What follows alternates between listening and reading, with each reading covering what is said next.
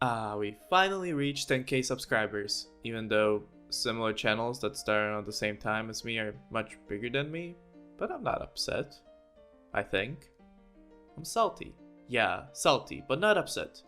Damn you, algorithm! But I digress. As I promised at some point, or may have just thought in my head and never said it out loud until the last video, we're doing a 10k Q&A extravaganza bonanza. But before we start, any question I got in the manner of will you cover X topic, the answer is yes to all of them if I had infinite time.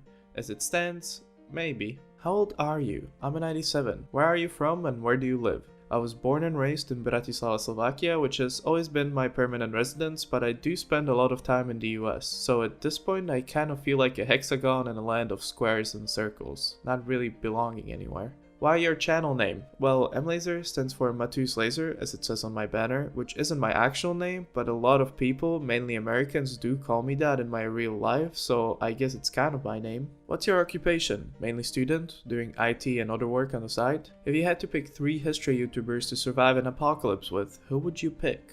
I would probably pick Military History Visualized because, how to put this, he is the most experienced. And also being Austrian, he had some basic 6 months military training that can come in handy. Speaking of military training, my second choice would be Knowing Better since he actually was in the US military and overall seems like a nice guy to hang out with. And I know what you're thinking, Cynical Historian was in the military too, but he's way too what's the word? Cynical for my taste. Lastly, I will have to go with Cogito, even though, let's be honest, he would probably be a burden than anything else, but he's the one I know the best out of all the history YouTubers, so anything requiring teamwork would be the easiest to do with him. How many languages do you speak? Well, outside of the obvious one, I speak Slovak and Czech, even though they're quite similar languages, depending on who you ask. I'm looking at you, Czech millennials and Gen Z. And when push comes to shove, I kind of understand Polish, especially when I have to read it. Other than that, I did spend at various points in my life studying Spanish and German, although I was never any good at it. What countries have you visited? Not counting stuff like layovers, I have visited all these countries. Favorite historical subject? For that you will have to go and listen to the YouTube history podcast I do with Cogito. I'll even give you the episode and timestamp.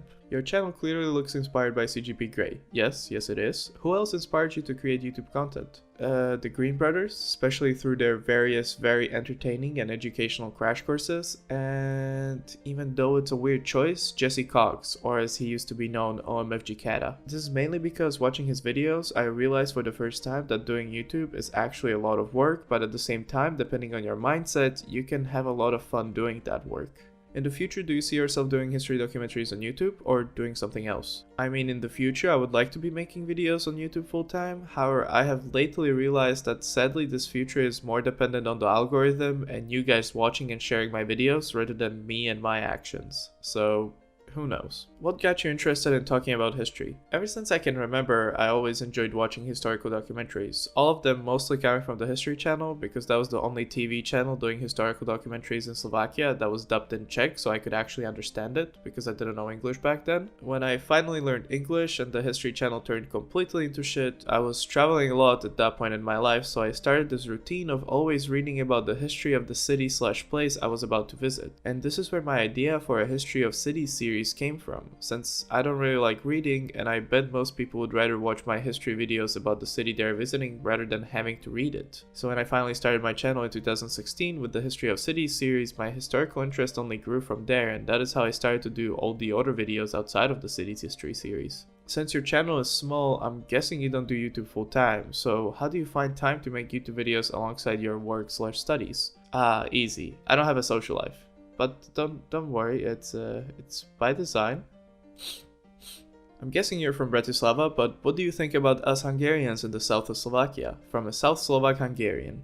Well, since this is a history channel, we might as well have a small history lesson. Keep in mind that I'm very oversimplifying this issue, and if you want to know more, as always, research it yourself and be aware of people's biases. Also, I'm going to be just talking about Slovak/Hungarian relations, even though lots of the stuff that happened is similar to other areas Hungarians controlled. So to start off with, when the Magyar tribes came into the Pannonian Basin in the very late 9th, early 10th century, they conquered the area around the Pannonian Basin, including the lands of modern-day Slovakia, along with the Slavs that lived there. For more information on how the Slavs got there, watch my early Western Slavic video.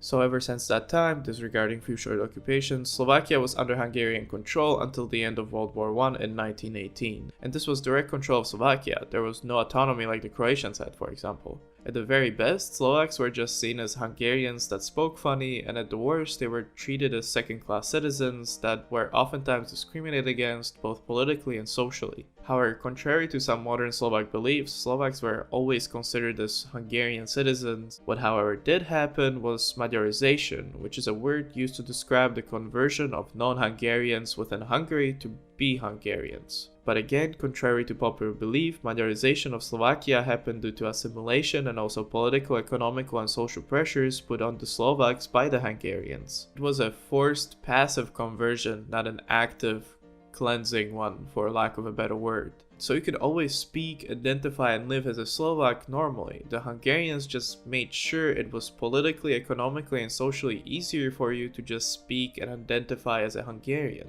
So many people did, and over a couple of generations, those people started to think of themselves as Hungarians. However, Slovakia is mostly mountainous, and it's hard to get a cell signal out there, let alone Magyarize a couple of million Slovaks that don't even like you. So most Magyarization, all the way till the end of World War I, happened in the lowlands. However, Hungary was on the losing side of World War I, and the Slovaks that joined forces with the Czechs were on the winning side. So they had the bigger leverage, and naturally, as any winning country in a war does, Czechoslovakia claimed lands much larger than the actual area where the Slovaks and Czechs lived at this point. So Slovakia now had a very sizable Hungarian minority, and Czechs had a German minority. And now, as it so often does in history, the pendulum swung the other way, and partly out of spite, partly out of revenge, and partly out of trying to stabilize the country, Czechoslovaks passed some anti-minority laws affecting not just Hungarians but also Germans and any other minorities in the country. Arguably, the height of these anti-minority laws was the Beneš decrees after World War II, which continued in one way or another till the end of the communist era. And now we're here, with Slovakia still having around 500,000 Hungarians, and one of them wrote me a question asking me what I think of them.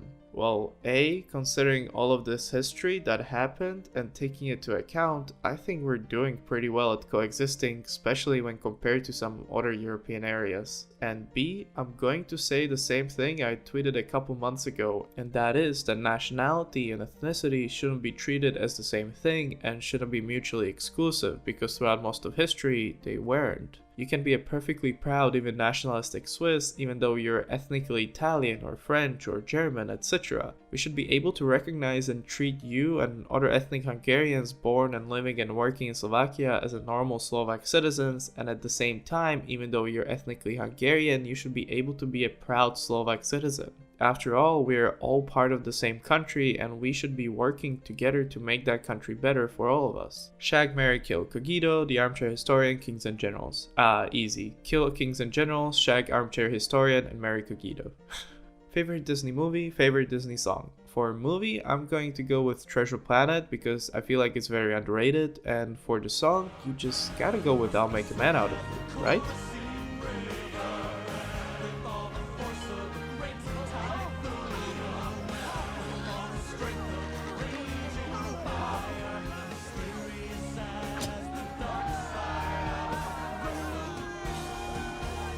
Are there going to be any Patreon changes? Definitely not, M.Laser. Well, thank you for asking, definitely not, M.Laser. There was no special December Patreon video, and I also didn't charge anyone for the December video as I was in the process of restructuring the Patreon and some Patreon rewards. So now, instead of paying every month per creation, it will be an automatic monthly charge that I will disable for a month if I manage not to finish a video that month, which does happen sometimes. So in the end, if you're a Patreon, you still pay the same amount per month, so nothing changes. I just wanted to let you, my patrons, know and let everyone else know that I have a Patreon where you can financially support me for some little perks, so please check it out. What are your favorite video games? At the moment, EU4 and Overwatch, but if we had to go with the video games I spend the most time on in the past, it would have to be, in no particular order, League of Legends, World of Warcraft, Minecraft, Battlefield, COD from the original Modern Warfare till Black Ops 3, and of course I can't forget RuneScape, which was the first online game I ever played. What does your coat of arms mean? My coat of arms is a combination of a lot of things. First, Chaon, The shield in the middle. It starts off as a generic coat of arms shield, with the blue mountains being taken from the Slovak coat of arms, and I added the rivers running down to valleys because I knew I was going to do the city series, so I wanted to symbolize the fact that cities were almost always built on rivers, or sea. The 13 white and red stripes in the background are taken from the American flag because that is where I learned English, and the 3 towers, or more accurately gates, are taken from the Bratislava's coat of arms because I was born and live in Bratislava. Going back and looking at the entire coat of arms, that is where the definitions get more generic. For example, the swords and the helmet I just added because they look cool. I added the owls holding up the shield to symbolize knowledge because in the end my channel is an educational one. And the white and black Czech, or more accurately Bohemian lions, I added to symbolize duality, which is oftentimes a recurring theme in historical symbols. But I also added them because Czech Republic and Slovakia are kind of like brothers, and I'm still a bit salty that we split up. There's a reason the quote goes divide and conquer, not unite and conquer. But I digress. Lastly, at the bottom it says Cognitio Unitas Persisto, which loosely translates from Latin into knowledge, unity, perseverance. Do you play any instruments? Yes, I play the piano. In fact, I'm playing it right now, but I'm self-taught, so my technique isn't really any good. What is your favorite recreational activity / what would be your tip to try out? My favorite recreational activities would have to be hiking, hockey, and skiing, which probably has to do with the fact that I can't do these activities as often as I would like to. This means that I oftentimes end up jogging or going to the gym to get some exercise, even though I'm not a big fan of either of those. But yes, since hockey and skiing have a learning curve to them and also a sizable financial barrier, I recommend just getting some of your friends and finding a hiking trail near you and going out hiking with them over the weekend. Pack some snacks and refreshments and just talk and hang out with your friends while enjoying the walk and the scenery. And I know it's winter right now, but don't let that stop you. Make some tea into a thermos, dress accordingly, and to be frank, most hiking trails just look much better in the winter anyways. So go. Go now. This video's over. Just go. Go hiking. Go.